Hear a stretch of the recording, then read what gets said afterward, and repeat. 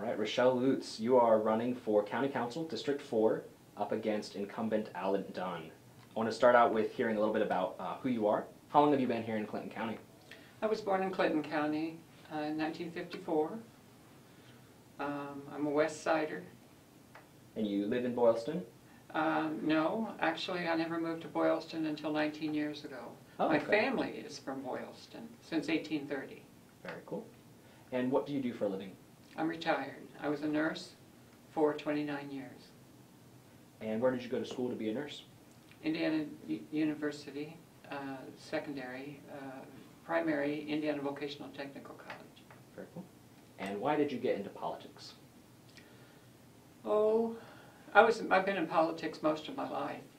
I was involved in politics in the state that I lived in for 17 years and enjoyed it. And when I came here, of course this is my home state, and I got involved in the Republican Party, and I've worked a lot and for the Republican Party, and I decided when things started happening with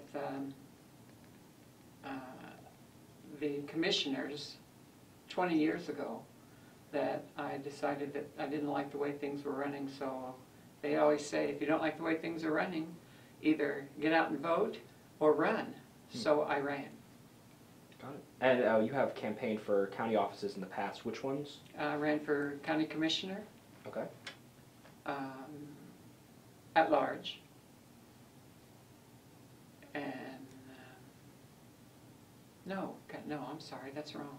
I ran for county commissioner, District 4, and I ran for Clinton County Council at large. There it is. Got it. And why did you decide to run again? Well, the man that's running right now was running unopposed, and I don't like to see candidates run unopposed. I feel like that they need somebody to run against them and give them a run for their money. And there's been a lot going on in the last 4 years between the county, especially the last 2 years, between the county council and the county commissioners that I've seen and witnessed, and I just haven't really appreciated as a constituent. And I want to see some things change. I want the voters to be able to be more. Girl, I'm sorry. Oh, you're fine. Are you going to edit this? We're going to edit down a version of it as well. You can take however much, answer however you'd like.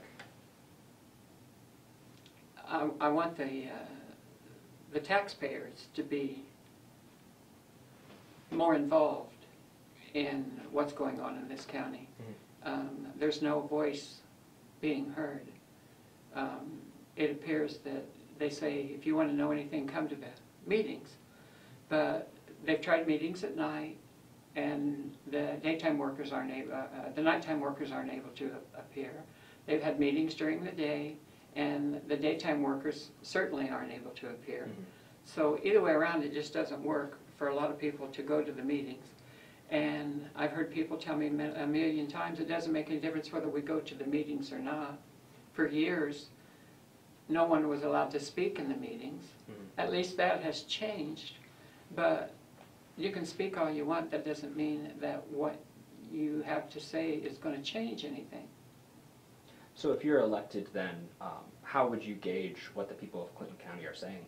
I want things to go back the way they were when politicians walked around and went to the businesses and went to the people and said, how am I doing? What do you think I'm doing? What do you need? What do you want?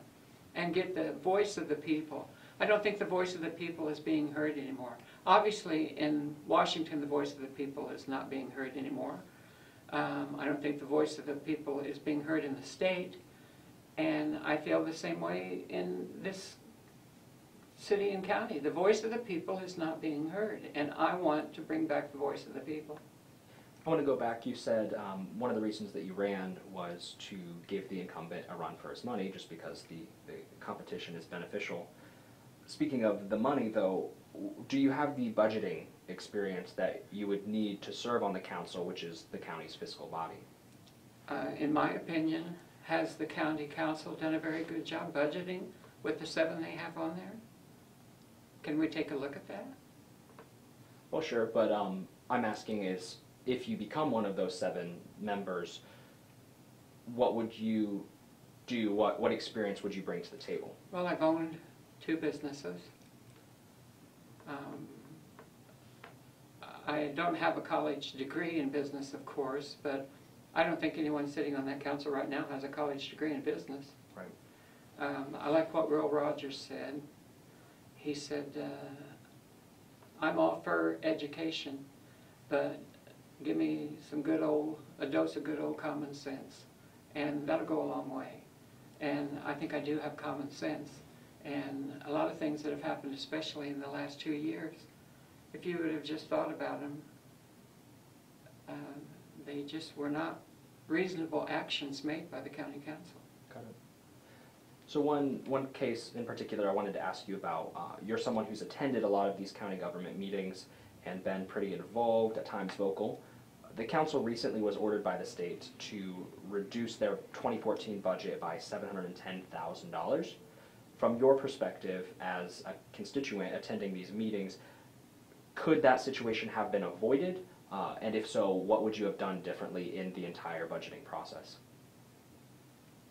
I would not have been so free with the money with Ivy Tech Frankfurt. That was over $500,000. When they proposed monies for the highway department, and the highway department is that I know of didn't get anything this year. The NIDEC property was broken into. Over $325,000 was stolen from there, and the councilman came into the commissioners meeting and asked for $285,000 to put it back together because he had a handshake lease on the building. So they paid $285,000 to put that building back together, and it still stands empty. There's $725,000. So you think between Ivy Tech, the Highway Department, and NIDEC, you could have gotten those funds that you needed to balance the budget? There's the funds to balance the budget, aren't they? Okay.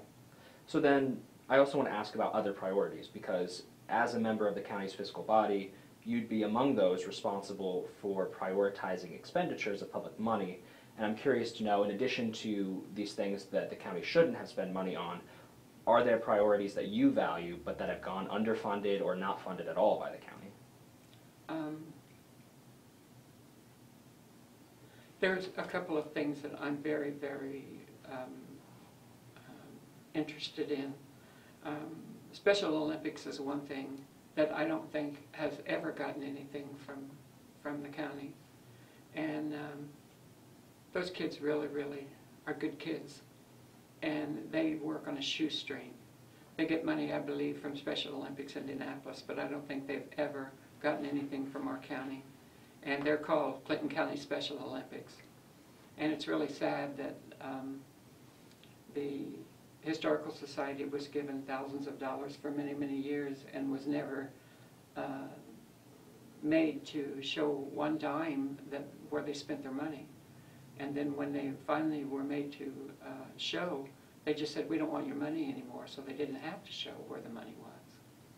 So if the Special Olympics did receive county money, how would you hold them accountable? The same way that any other entity is held accountable. Show their books every year.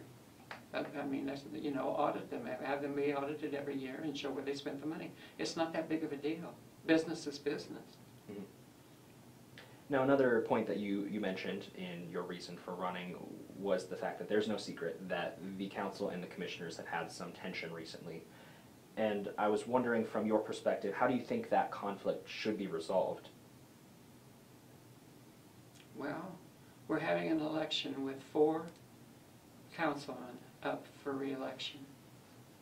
If all 4 of those councilmen would be replaced, that would be a quorum of councilors gone. New blood in those 4 seats would certainly make a difference, wouldn't it? Now, what would that new blood need to do differently so that they don't just do what the 4 predecessors did?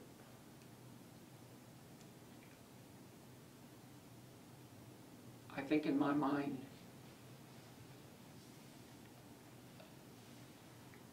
there's an old saying, tow your own rope. I think that this has been going on since January the 2nd, 2012, when the 2 new commissioners came in and the 2 older commissioners went out. And it has been a fight since then, because the councilmen that were in office were very close to the 2 commissioners that went out. And I believe in my mind that started most of the fight, that they didn't believe that the polls went the way that they wanted, and so they've been fighting ever since. And you can't do that. There's been nothing but fighting, and nothing's gotten done. Just like the insurance thing. There was a 7-committee board on the insurance. 7 people were on that board. They decided what was going to happen for that insurance. And the county council turned it down 7-0, and turned it around and said it was because of 1 commissioner, and blamed 1 commissioner when there was a 7-person board that decided that insurance. And that 1 commissioner is Mr. Weaver? Yes. And so you're referring to Mr. Weaver and Mr. Boyles, who joined the commissioners January 1, 2013? Yes. Okay. And so are you saying that the primary problem is personality? Yes. Okay. Just want to Yes. make sure I was following what you were saying. Yes. And then another question along those lines,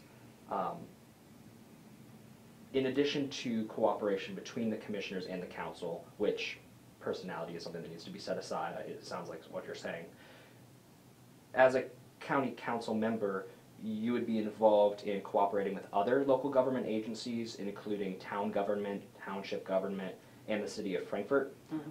Are you prepared to contribute to a cooperative relationship, and what experience do you have with that regard?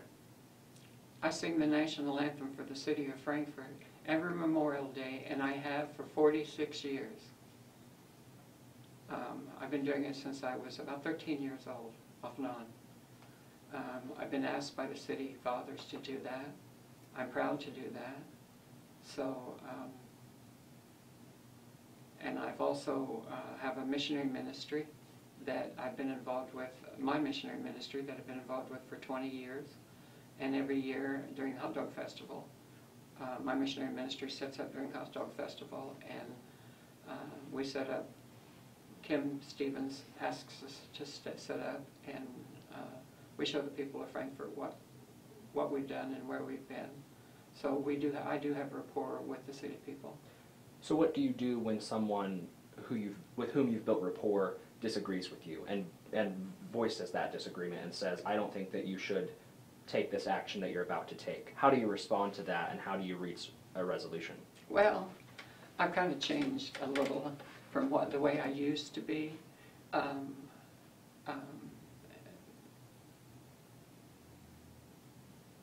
little sugar goes a long way, a little honey. A little of the Spirit of God goes a long way. I've gone through a liver transplant. I had cancer, got my new liver, and I got cancer back in my new liver and was on chemo again. And that puts some perspective in your life. And once you go through all that, it puts some perspective on the way you handle things. So what is that shifted perspective? How does that inform a role that you would take on the county council? I think I take things and look at them deeper and harder than I used to. Is that something that you think is not happening now on the county council? Definitely, definitely. No one's listening to the people. I hear it everywhere I go. The people's voice is not being heard. Got it. Well, we've covered quite a few different topics here, and I'm sure that we will hear more from you in the future. I know we've got the forums coming up next month, but is there anything else that you'd like to add that maybe we didn't touch on, or something you'd like to go back to?